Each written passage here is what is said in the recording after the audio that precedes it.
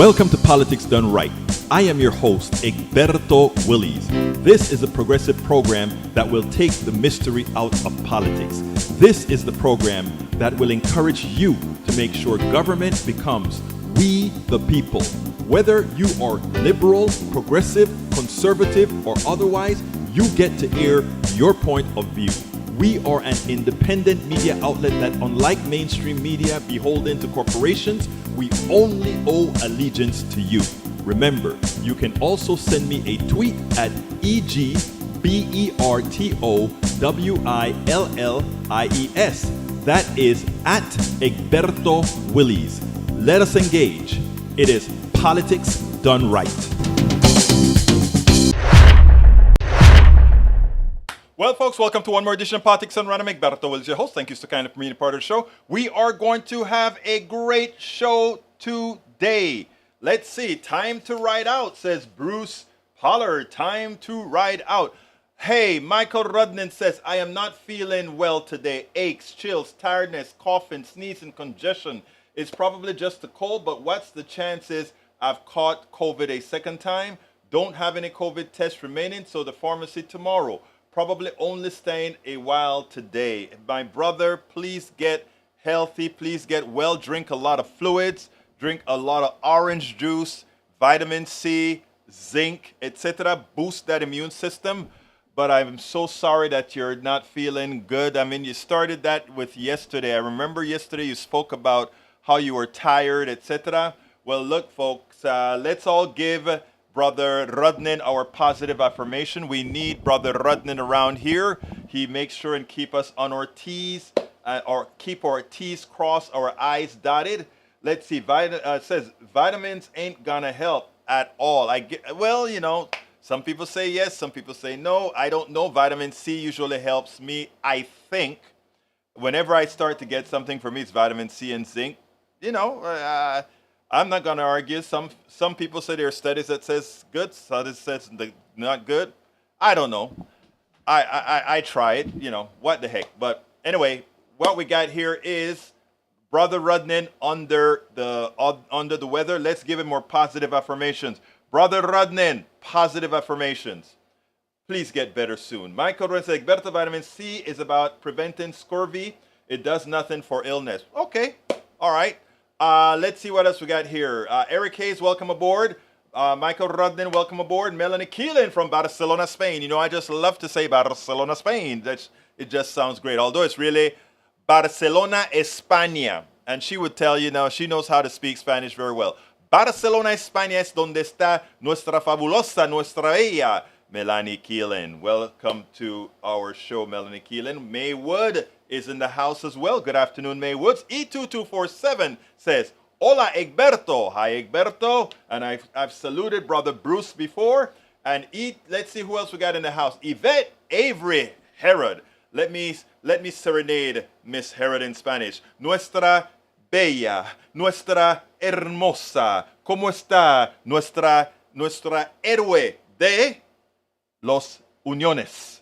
O de las uniones, de las uniones, de las uniones. Welcome aboard, Yvette Avery Herod. Anybody else is in? I think I've got those that are in right now. Where are all my peeps? YouTube is kind of slow today. Anyhow, let's see if any more is going to show up. I am hoping, or I think, that our email has already gone out. I think. Let's make sure. Let's see if that is out. The email that says it's out, so we will have more people coming in shortly. Anyhow, what's on your mind today?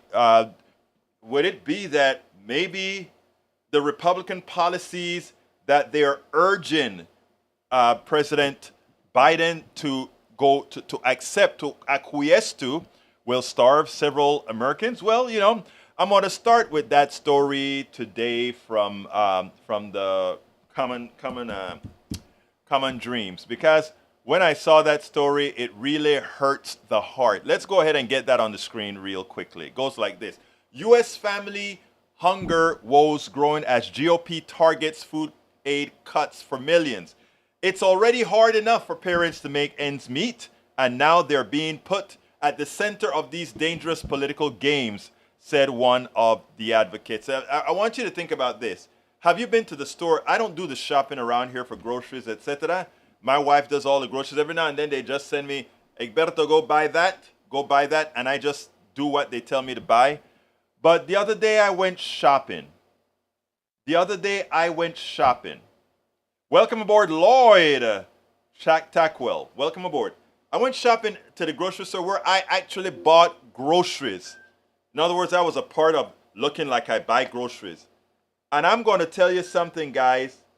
I was in shock when I saw how much I paid for how little I got and what the grocery costs are. So it's true. Inflation on groceries has been pretty high. And yes, they said that it's now almost non-existent. It's zero, meaning the price increases have stopped. But they are where they're at right now. The prices haven't really substantially dropped to what I would call an area that is marginally good. Why is that? That's the corporations. There are many factors, right? A lot of it, when it comes to produce, etc. We have a lot of produce in Florida and other places that are spoiling because of Republican policies, have the immigrants running all over the place. So they're not doing they're picking the fruits. A lot of stuff is staying on the ground and rotten. Republican policy. The prices are high because corporations realize that if they become monopolies, they can monopolize and they can charge you whatever and you just have to buy it. And of course, as long as people have some money in their pockets, they take it back away from you. So we've had wages increasing, but all the increases in wages, real increase in wages, have been going to pay for higher medical costs, higher education costs, higher grocery costs, and all these things. In other words, they want to keep you down because all the profits go to the few. This is not something that cannot be proven. You can actually see this in the charts. You can see this in the number. But as the story says, as Republican lawmakers on Friday walked away from negotiations over raising the United States arbitrary debt limit, notice we say arbitrary because there is no real debt limit, claiming the Biden administration has been unreasonable in its refusal to accept steep spending cuts, a new survey showed how a majority of U.S. families are already struggling to afford essentials that would become even less accessible if the GOP gets its way. Parents Together Action on Friday released the results of a survey taken this week of nearly 500 low and middle income families, finding that 75% of parents who benefit from the special supplemental nutrition programs for women, infants, and children that's WIC, would be unable to provide their families with nutritious foods without the program, whose funding would be reduced by 12%, $800 million under the debt ceiling plan. Look at how they're raising hell over $800 million, not even $1 billion.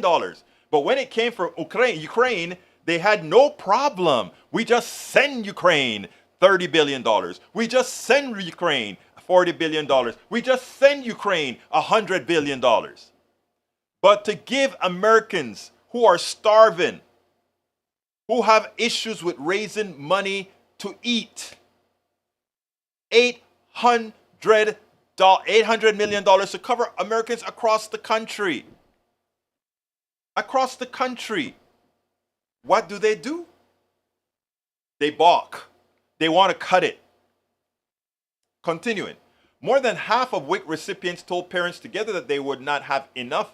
They would not have been able to afford food for themselves and would have been forced to forego eating meals to feed their children if we weren't for the program. 64% of recipients said they would have been unable to afford formula for their infants, and 35% said they would not have had the breastfeeding support they needed. Currently, 53% of all infants born in the United States benefit from financial and nutritional assistance through WIC, up from 43% in 2021, according to the U.S. Department of Agriculture. The Biden administration has warned that the cuts proposed by House Republicans would lead to a loss of crucial food formula and breastfeeding assistance for as many as 1.7 million women, children, and infants. So the party of life, the party who believes in the sanctity of life, is willing to sacrifice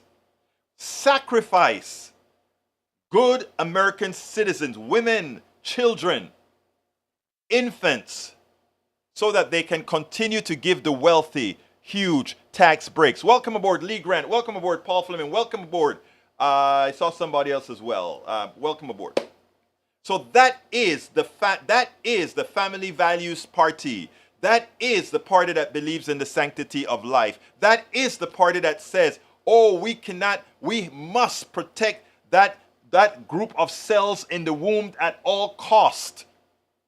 But when those cells materialize into a living, breathing human being, we have no desire to provide them assistance for an economic system that we created that screwed them.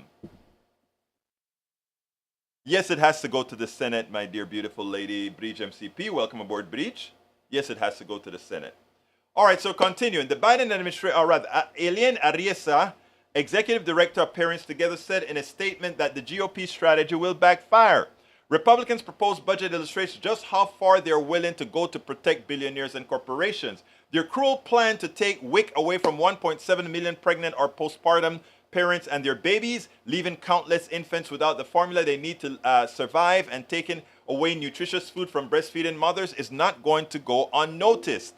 It will go unnoticed if Biden acquiesces to it, because they will make it seem like together Republicans and Democrats and independents decided to take food out of the mouths of good American citizens. So what Biden has to do, and we are covering that in one of the videos that we're talking about, Republicans are holding parents, children, and grandparents hostage by threatening to default on our debt if they don't get the budget cuts they're demanding. Arriesa said, it's already hard enough for parents to make ends meet, and now they're being put at the center of these dangerous political games.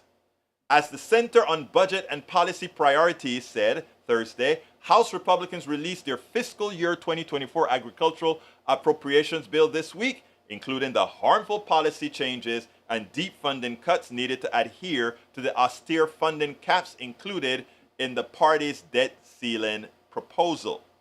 I want folks to understand this. These guys in their debt ceiling proposal want the Biden administration to negotiate to keep more money away from people who already are having issues to fund their own ability to exist. To cut funding without putting eligible applicants on waiting lists, this bill guts the increase to benefits for fruit and vegetables that has been in place since 2021 and was implemented based on recommendations by the National Academies of Sciences, Engineering, and Medicine, wrote CBPP Senior Policy Analyst Katie Berg and Zoe Neuberger. This would cut benefits for nearly 1.5 million pregnant, postpartum, or breastfeeding participants and roughly 3.5 million children and 1 through 4. 1 million adults 50 to 55 would be excluded from the supplemental nutritional program. They can't meet work requirements proposed by the GOP. Who can't meet work requirement proposed by the GOP? The agricultural appropriations bill, said Dantmer, Senior Director of Public Policy of National WIC Association, offers a preview of clear consequences when Congress arbitrarily caps spending. People. The evil continues. Folks need to remember that these efforts to shrink the pie of federal spending are completely disassociated from the actual needs of families in this country, said Dietmer. When their growing need of WIC slashing benefit is far from the right answer. The survey by Parents Together also suggested that the GOP's cuts to food assistance would further reduce the ability of parents across the country to save money for emergencies. 70% of respondents told the GOP that rising costs of food, housing, and other essentials have left them unable to save for the future any longer, and 64% said they've already had to spend some of their savings or emergency. That is a shame, but that is who we are. Okay, let's see what we got here. Let's see. America's economic outlook is brighter when we are leading the world in energy production. Okay, I won't go into that because that's a lot of words. I want to hear real solutions. What else have we got here? Egberto, you survived yesterday with family and friends pushing a bake good and fire sticks atop it as you sat awkwardly being the center of attention as they sang at you. Yay. Yeah, it was fun. It was fun, though. They sang me happy birthday and had a whole lot of food. But anyway, Lloyd Tackwell, let them eat cake. Welcome, Lloyd Tackwell. Let's see what else we got. Yvette Avery Howard is saying, let's make sure that AVQ gets better quickly. Yo, Lloyd, what the F? My sense of humor must be off today. That line hasn't been funny since Maria Antoinette lost her head over it. Bruce Pollard says, more local. The state is not going to pass education vouchers. It will die. That's good. That's very good. The Medicare expansion is going to die too. That's bad. And we must let them pay for not passing the Medicaid expansion to the Affordable Care Act. I want everybody to go ahead and tweet this. Texas Republican politicians, by not passing the Medicaid expansion to the Affordable Care Act, implicitly are murderers, as they ensure that many Texans this year and next year will die. Therefore, we must elect progressives in 2024 who will ensure that Texans are cared for. No, it's long. It fits under the 256 caps, but make sure that whatever you write, equate what the Texas legislature, the Republican politicians in the Texas legislature are doing. They are murdering their citizens. It's important that that hit the Twitter and tag. It's important that it hits Twitter, Tumblr, Instagram, what's the other one? TikTok and everything else. Okay? Let's do it. Let's do it. Egberto, Biden's waited 97 days thinking Biden didn't have to wait. Biden simply should not have supported any negotiations on the debt limit. Follow the Constitution. All right, let's see what else we got here. Bruce says we need Bernie too. Who can it be? You want to run, Bruce? Let's name you Bernie too, Bruce. All right. Egberto, see the terrifying thread with animated perspective of space debris now imprisoning our planet. It's amazing how much crap is out there in space. I remember when I worked on the space station, that was one of the issues. How do you make sure that the space station is maneuverable so that it can go past these different things as they occur? Okay. What else have we got here? That I need to say real quickly? Carl Cox says both Eric Hayes and Mike Cisak are always okay. Let's continue. All right, let's go for the first video. I think you guys are gonna like this. When many BIPOCs talk about how so many people would put us in. Well, before I get to that, Bridge MCP says Egberto Willis, my friend's father, is terribly ill since January. His hospital insurance runs out soon. They're waiting for a VA bed, but will take 2 months. She blames Biden and ACA. Yes, a Trumper. Tell her to give me a call. We can actually talk to her about how Republican policy are the ones that's harming her father, and she's doing wrong by her father by not acknowledging who is causing in her father's latter days, who's really causing him harm. Republican policy. Anyway, I want you to listen to this, and then we'll take it on the other side. Bowman has been, or Marjorie Taylor puts Bowman's at risk. Here we go. Welcome to America. I want to show you how even somebody with the stature of a congresswoman endanger the lives of black men, BIPOCs. I found this segment that Chris Hayes did with Jamaal Bowman about what Marjorie Taylor Greene did very disconcerting, but not surprising. Check this out, and then we'll take it on the other side. Where are the migrant What children? kids? You guys We're lost accepting them. We love No, them. you lost We them. love the There's migrant schools children. of Why we lost thousands them? You can't find them. What are you talking about? What are you talking about? Yeah, migrant children missing. No, we don't know the news. I don't know. That's Fox News. That's Fox News. Listen, I need you to save the party. Yelling, shouting, raising his voice. He has aggressive, his physical mannerisms are aggressive. And I am concerned about it. I feel threatened by him. I should note that my full disclosure, my brother worked for you. He no longer does. But well, what do you want to say to that? Oh my goodness. I mean, it's so nonsensical that it's comical.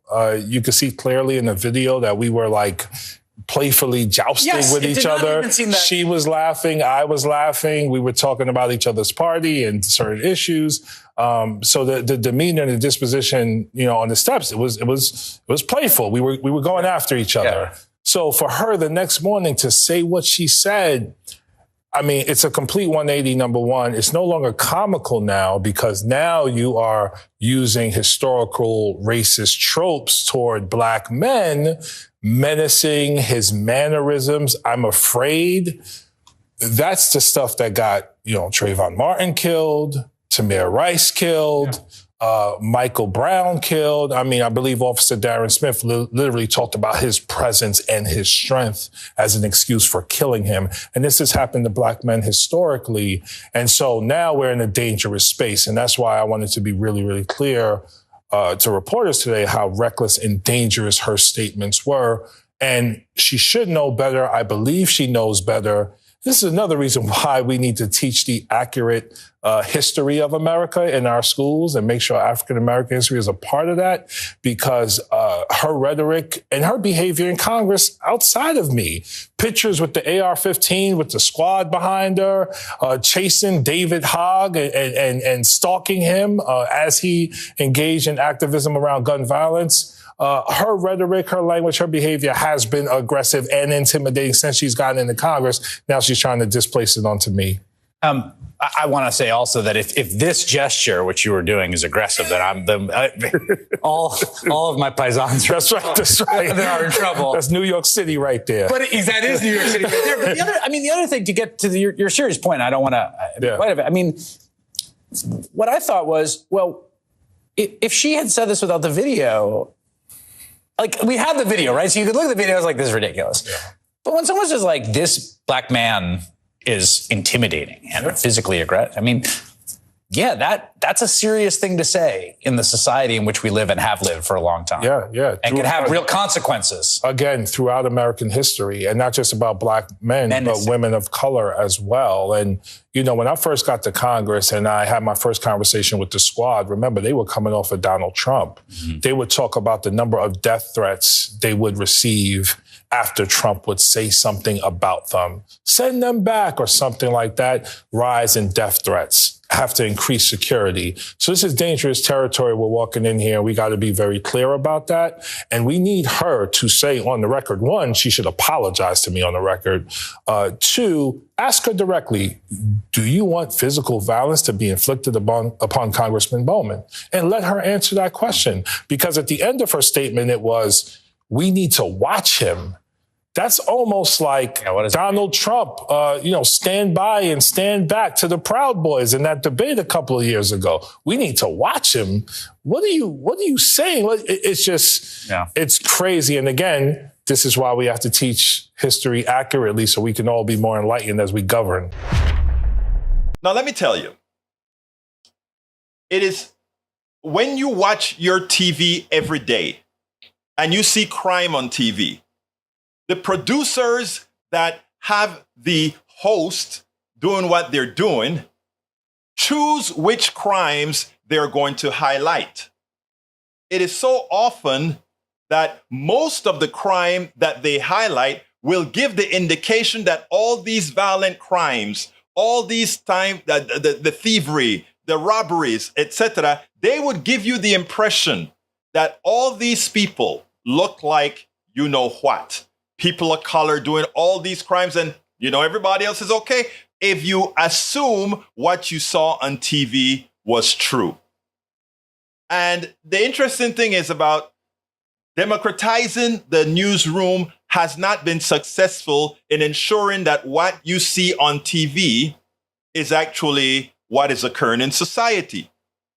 So, what we need to do is not have the guidance, the people who guide our media, the politicians who talk to us.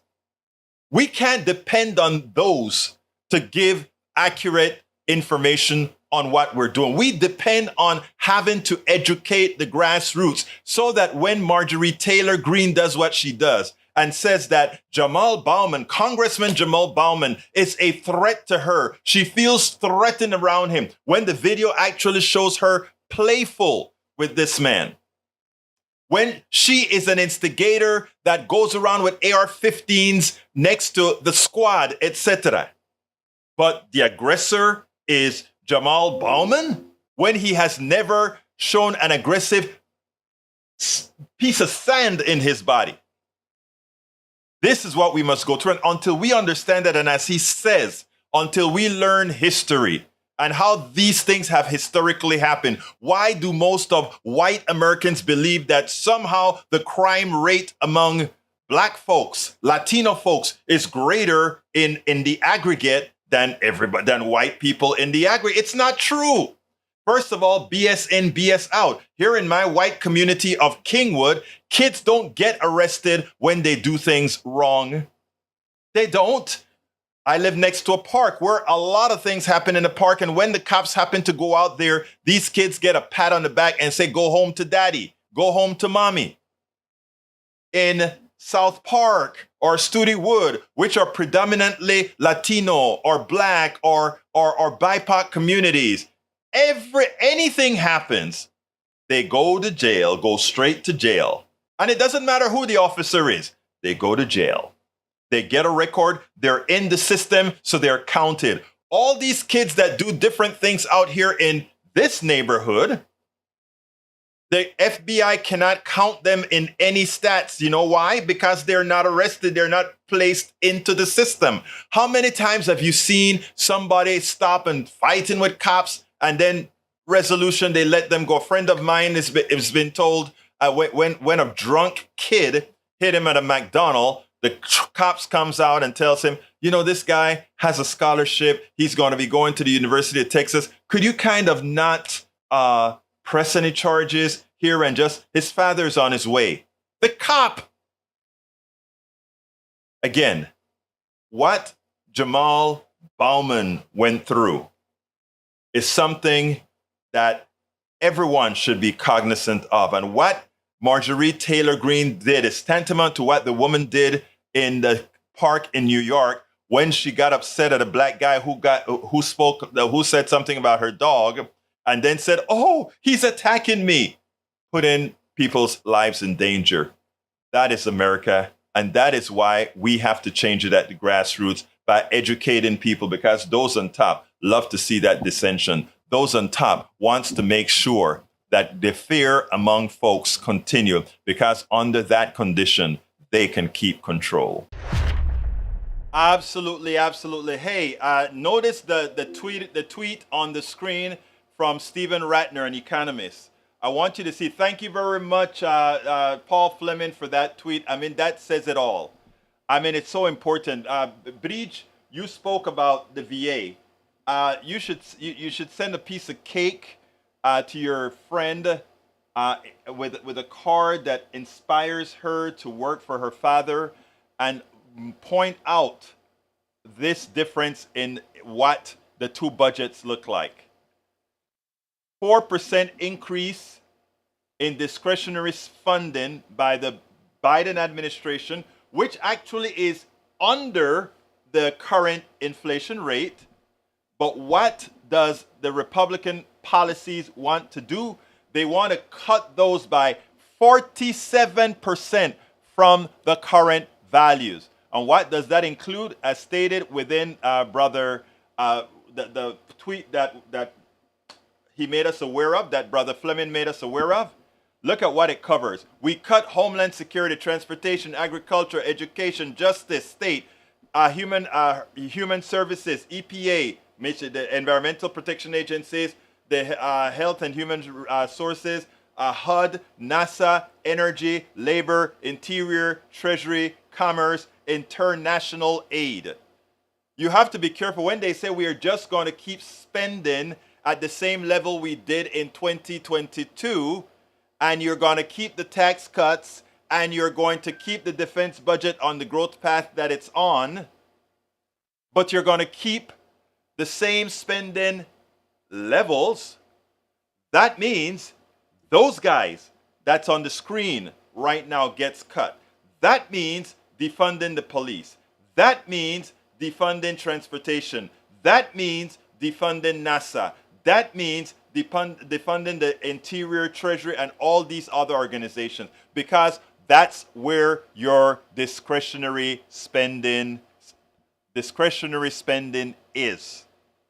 So what we ask people to be cognizant of what's happening in America, to understand when you're hearing these guys speak their platitudes, the Republicans, etc., understand what they are really doing. They know that this budget is dead. They know that nobody, not even other Republicans, are going to want to cut that. This comes directly from the Freedom Caucus, which should be called the Caucus of Enslavers. This comes from the Freedom Caucus. That is what we're talking about. That hurts their people more than it hurts those liberals. Again, I repeat, the policies that are put forth by Republican politicians right now, absent Democrats stopping the evil, stopping the theft, absent Democrats saying, we are not going to do that. Understand what it means. It means that the people that will pay the price are mostly going to be Republicans who voted for these guys for them to then screw them. What should we do about the debt ceiling? I want you to listen to this, because this is what we should do.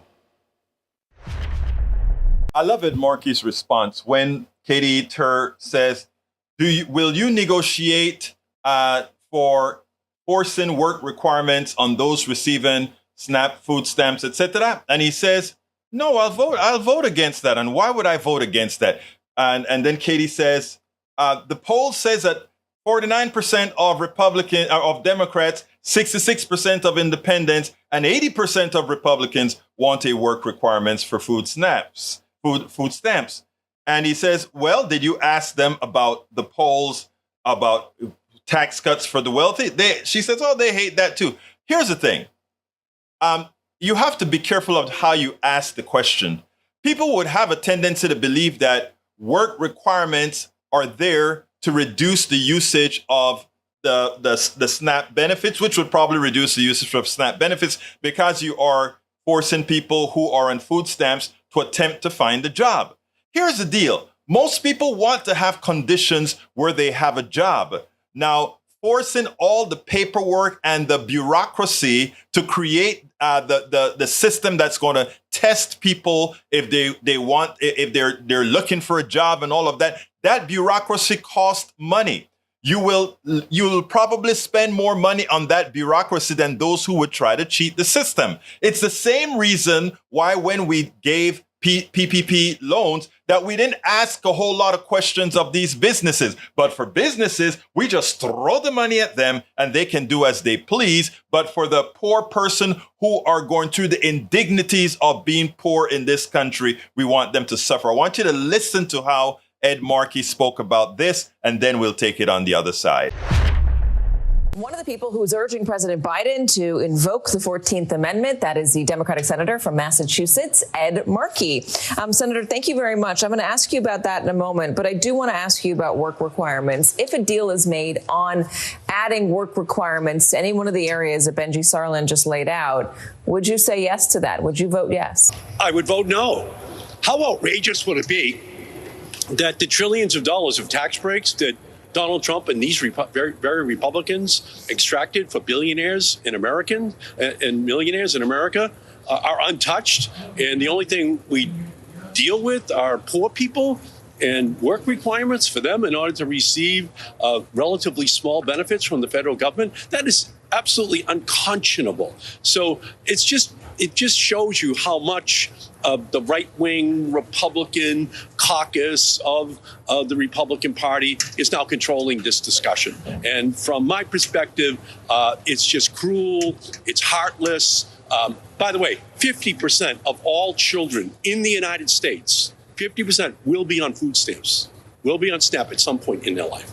So can you just imagine that's what they're putting on the table as a demand in terms of concessions from the Democratic Party? Unacceptable to me. So I know you call it unconscionable. You say it's cruel. I just want to put up what the polling suggests about it. And that's Americans broadly think that, well, mostly Republicans, but independents and even 49% of Democrats say they support requiring work requirements for Medicaid or SNAP benefits. Why do you think there is such broad support for this? Well, I would ask when you put up that poll that you also put up the identical poll on tax breaks for millionaires and billionaires and trillions of dollars that have been given to them over the last 5 years. The majority of Americans also agree that millionaires and billionaires should be paid or should be taxed more as well. That's true. So put it on the table. Let's have a reasonable negotiation. Let's have all of the causes of the increase in the public debt be discussed. Instead, it's a one-way street, and to me, it's just something which is unacceptable, which is why I believe at the end of the day, as a last resort, if they're not reasonable, that the president should invoke the 14th Amendment, which says that the validity of the public debt of the United States authorized by law shall not be questioned. So authorized by law means all the bills that have ever passed in our country's history that authorize this spending have to be honored. And the president can invoke that and just say to them, come back later if you're ever interested in having a real negotiation. I want to ask you about that, but one more on work requirements. If taxes for the very wealthy were also on the table, would you agree to voting for work requirements if there was also a requirement to raise taxes on the very wealthy among us? Taxes for the very wealthy are never going to be on the table. We know that. Any more than cuts in defense spending are ever going to be on the table. The Republicans don't want to look at the two main causes for the increases in our public debt. And then they want to turn to the poorest in our society and punish them for the conditions that they have very little control over. So it's just so imbalanced in terms of what the negotiation is right now, as we're hearing it, that the 14th Amendment should sit there as the last resort, but a necessary resort if the Republicans are not reasonable. And I don't believe that the right-wing Republicans in the House of Representatives will allow that to happen. Janet Yellen says invoking the 14th Amendment would trigger a constitutional crisis. Why do you think she's wrong? I don't think it's a constitutional crisis. I just repeated what the words are. They're very clear on their face. The Supreme Court says that they are textualist, the six-seat majority, which now controls the Supreme Court. And if they are textualists, if they read the plain words of the 14th Amendment, that the validity of the public debt of the United States authorized by law should be paid. It's very clear. There's no way around it. And if they do that, it will not be a constitutional crisis. It will be the Constitution upheld and ultimately going back to regular order with the budget and appropriations process for the next Congress being the way in which we deal with all of these questions, which the Republicans are trying to jam inappropriately into this negotiation. So there are 11 senators who agree with you, 11 including you. There's Warren, Sanders, Merkley, Tina Smith, Blumenthal, Fetterman, Hirono, Reed, Welch, Whitehouse, and you at Markey. You have a letter. Have you spoken directly to either President Biden about this or anyone at the White House? Well, we've sent the letter to him, and obviously, as a result, we are communicating with the White House, and those are the first 11 signatures. That's after 24 hours. I think as people come to understand the 14th Amendment and the requirement to pay our bills, that we're going to have not only a lot of additional support amongst Democrats in the Senate, but all across the country, because that's the way of avoiding draconian cuts or unconscionable burdens placed upon the poorest in our society. Barring the 14th Amendment, do you think Democrats should dig in, call the Republicans bluff?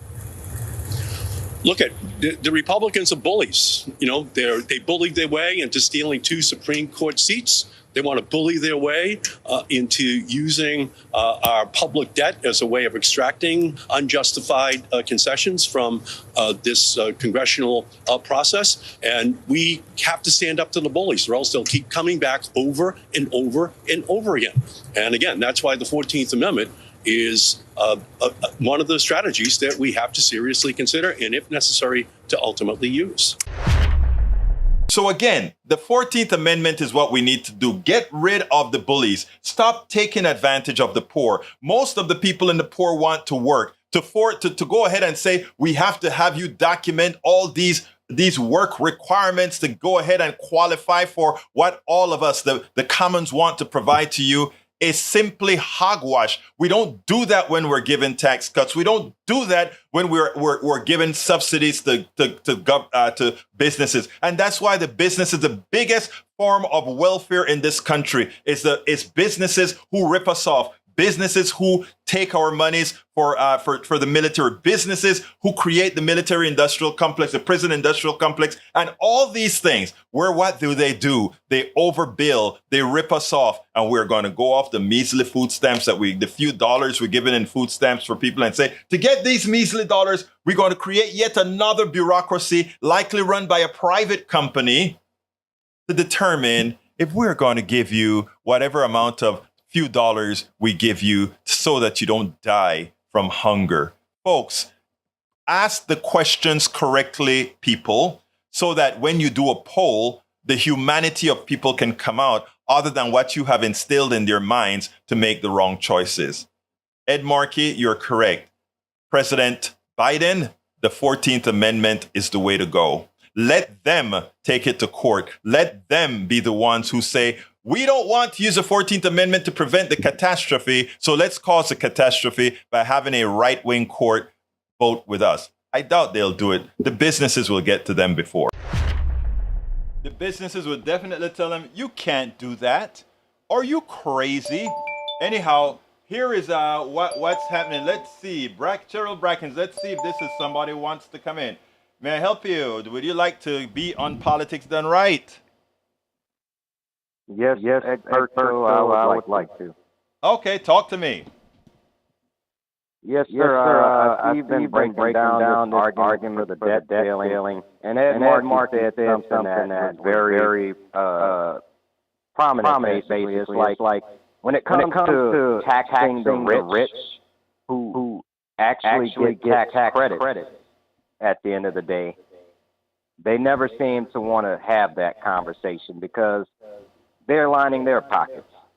And Ed Markey said, whenever they have to make a decision, it's always the poorest of us that have to be on the chopping block.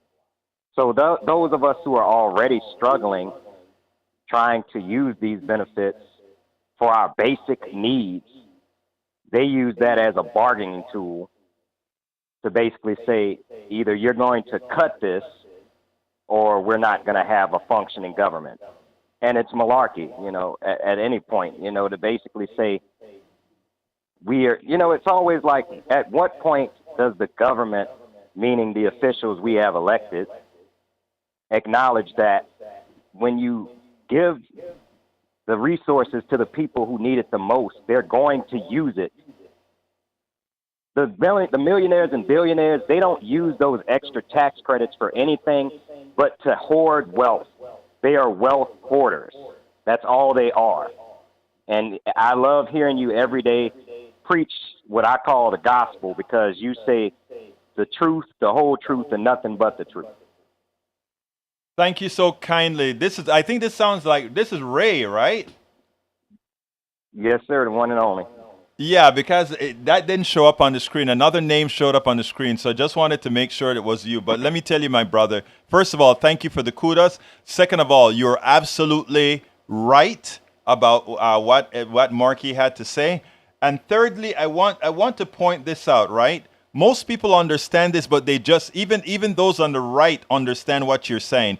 But they themselves just can't believe the evil that the people that they voted in actually represent. They don't believe you. So in order for their minds to be at ease, Brother Ray, in order for their minds to be at ease, they must believe the lies that they get from these alternative fact sources so that they can live with themselves, because these are not bad people.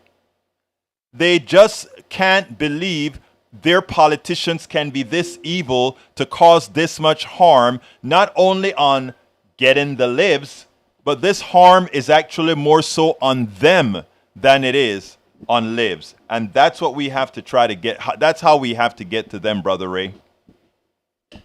But I understand that. But I just don't understand how conservative voters can contort their minds. And it's a mental gymnastic, because when I sit there and listen to the lies and the garbage and the vitriol that is coming from the other side, I have to ask myself, what type of person listens to this and actually thinks this is a person that these policies and these people who are pushing these policies have any interest whatsoever in what is going to be good for you as a constituent?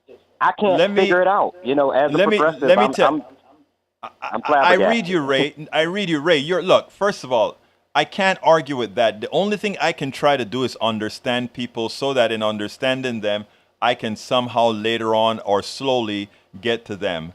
And this didn't start yesterday. Didn't start 10 years ago. The programming, the first. Let me. And I think you've heard me say this before, but I want to talk to everybody else that's listened to the conversation you and I are having right now, Ray. And it goes this way.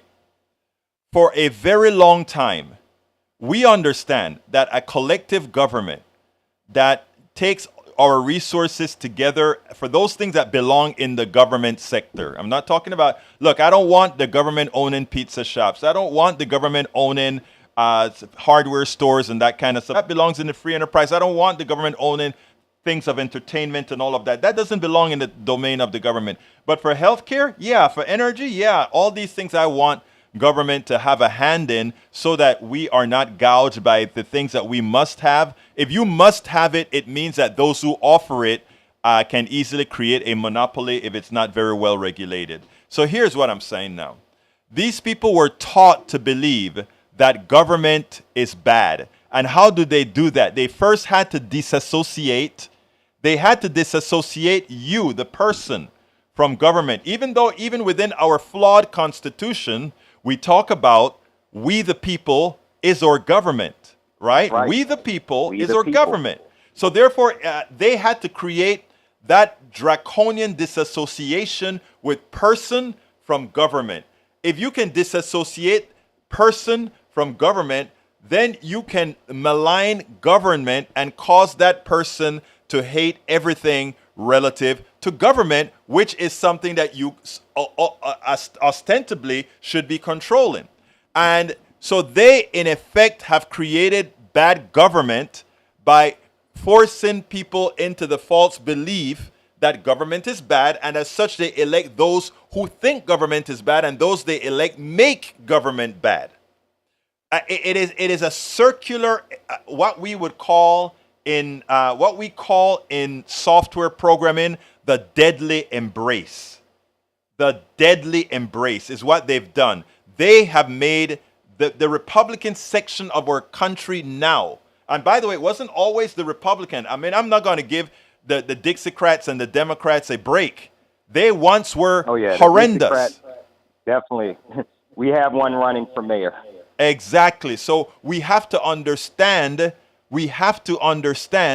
that this is not this is a deep thing that they have perfected over years and years and years. We can't expect to get these people to have a love for government immediately. We have to show them that government can work, and that's what Biden has been trying. I'm not a Biden fan, but Biden has been doing a fairly darn good job in making government work. The reason 2021 didn't look like 2008 or 2009, the deep recession created by the crash of the crash of all the banking, the reason we didn't look like that in 2021 is because the Keynesian input that Biden did. He was not scared to create a humongous Keynesian input into our economy, which prevented the economy from cratering, which would have occurred. There are all the problem here as well, Brother Ray, is how do you tell a population that Republicans are purposely miseducating and making rather dumb? How do you educate that population and show them basic Keynesian economics that even Reagan used? How did Reagan get out of his cataclysm? Reagan increased the defense budget by a humongous amount. He did not raise taxes, which means he deficit spended, which was more deficit spending than any president at that time. Keynesian economics. Go ahead, Ray. Let me reference something you in your book, actually, when you talk about I think it was how to talk to your right-wing neighbors. You had a chapter on voodoo economics. Right. And it was actually George H.W. Bush who called out that as a ridiculous policy. Exactly. He was a Republican. Yes. But we've gotten to a point where Republicans can't even basically admit when a policy just doesn't work. They just won't admit it. They'll lie through their teeth down to their lower colon. Exactly. And, it's like I challenge all Republican voters to say, whenever you hear a Republican say that the government is broken, well, ask yourself, what are they doing to fix it? It seems like they're working harder to break it more. They're always saying the government doesn't work, but they're always making a valiant effort to prove why it doesn't work. Exactly. And now going back to that book, actually the book that I wrote that spoke more about the economy as far as how it works, right? It was called, As I See It, Class Warfare, the Only Resort to Right-Wing Doom.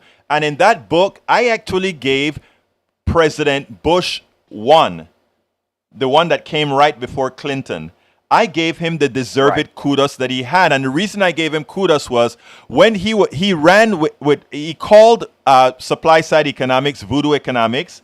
He stayed with Reagan for the 8 years that Reagan reigned. And when he became president, to start the cleanup of the disaster that was created by Reagan, he went against his promise. In Houston, when he went against all these folks, he said, "Read my lips. No new taxes." He said that. And when it was time, however, and he looked at the paperwork and he looked at the deficits and he looked at all of this, Brother Bush said the following: "I have got to go against what I promised." And he started raising taxes, and he started that recovery of that horrendous deficits that we had. That was Bush number one. And Clinton came in after Bush number one, continued the decline in the budget deficits by raising taxes again. Not one Republican, read it in my book, As I See It, Class Warfare, the Only Resort to Right-Wing Doom. Not one Republican voted for the bill. They said it would crash the economy. They said all these things. And guess what happened? There has not been a president in the United States, except for now Biden, because of the crash in employment that had occurred. But there was not one president in American history that created more jobs, whether absolute or per capita, than Bill Clinton. And that Democrats are unable to articulate that reality and make it seem like it was a Reagan revolution that created a lot of jobs, where the reality was it was a Clinton revolution who created 21 million jobs versus 16 million from Reagan. Look it up. This is all data available for all to see. Democrats make lousy salespeople, mostly because too many of them are neoliberals that don't want their policies to be too successful because people will realize the fallacy that is an absolute capitalist system that we have today. Continue, my friend, before we got to go. Go ahead, Brother Ray. Yeah, and I mean, kudos to Bill Clinton. I remember that. You know, he was the only president that in my lifetime that was able to balance the budget. And that was because he raised taxes. And that's what needs to happen. It's very simple. If you have a government that has resources and you need to divvy those resources, where do you go to get those resources? You go to the biggest source. But instead, the way our government currently functions, they'd rather let the big fish go because that's too much of a hassle. You know, they have lawyers and stuff on their behalf, and they'd rather go after the little fish, which is the poor and working class people who don't have that same shield to basically shield them from taxes or even, I don't mind paying taxes as long as I know my taxes is going to something worthy. But as long as I know it's going to war and subsidizing rich predatory companies, I don't like that. Yes. You know what is interesting, Ray? Because here's a funny thing. Because we have somebody that finally admit to something Clinton did right that it surprised me. My brother Eric Hayes here says, Egberto, Clinton had a balanced budget, but nothing came of it. I just told the entire room that the person that has created the most jobs in American history before this pandemic was Bill Clinton. Not Reagan, but Bill Clinton. And Eric, now, even hearing the truth, he comes when he says, yes, Clinton had a balanced budget, but nothing came of it. No, fiscal responsibility and correct taxation gave us the largest employment picture, bar none. Is that nothing, Eric? Again, we have to start using our minds. We're coming close to the end of the show, Brother Ray. Anything you want to add before we go? Oh, yeah. Well, basically, Reagan was the one who ruined our country, and his trickle-down economics still lives to this day. We need to beat that if we're going to get this country back in the right direction. Absolutely. Thank you, Ray. Thank you for calling in. And you know, I want this stuff to become folks to call in a bit more. I appreciate your call. I appreciate your support. I appreciate you constantly listening to our stuff and promoting what we're doing. You are a wonderful person. Thank you very much, Brother Ray. You too, and have a great weekend, Egberto. You too, sir. All right. Anyhow, we got to get out of here, folks. But before we get out, I'm going to go about a minute over because I want to ask you guys. I finally got the link up for supporting our trip to my trip to Netroots. So what I want to do, I think I have it in here. What I want to do is give you the link to support the trip.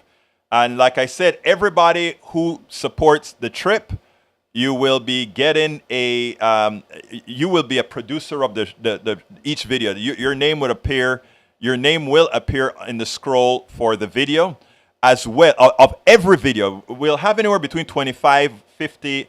I think it's going to be closer to 50 videos that you'll see out there because I generally interview at least 40 people. There is a good probability that I will have many more than that. I should have had this stuff all ready for you already. I'm so sorry, but you know how it goes here sometimes.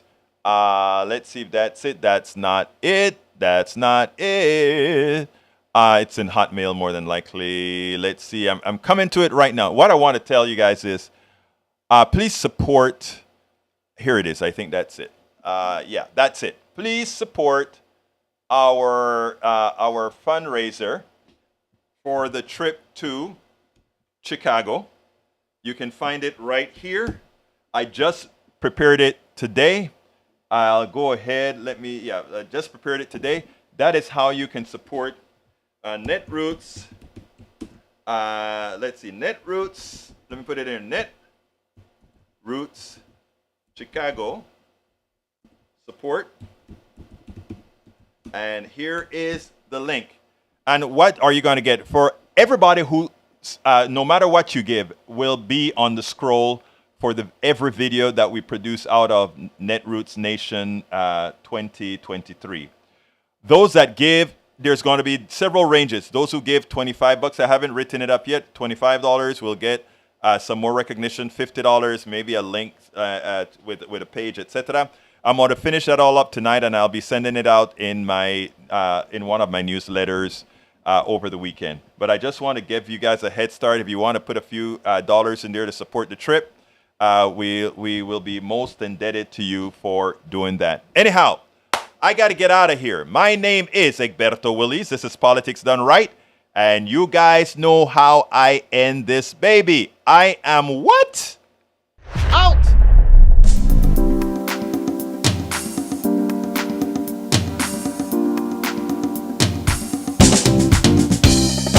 Welcome to Politics Done Right. I am your host, Egberto Willies. This is a progressive program that will take the mystery out of politics. This is the program that will encourage you to make sure government becomes we the people.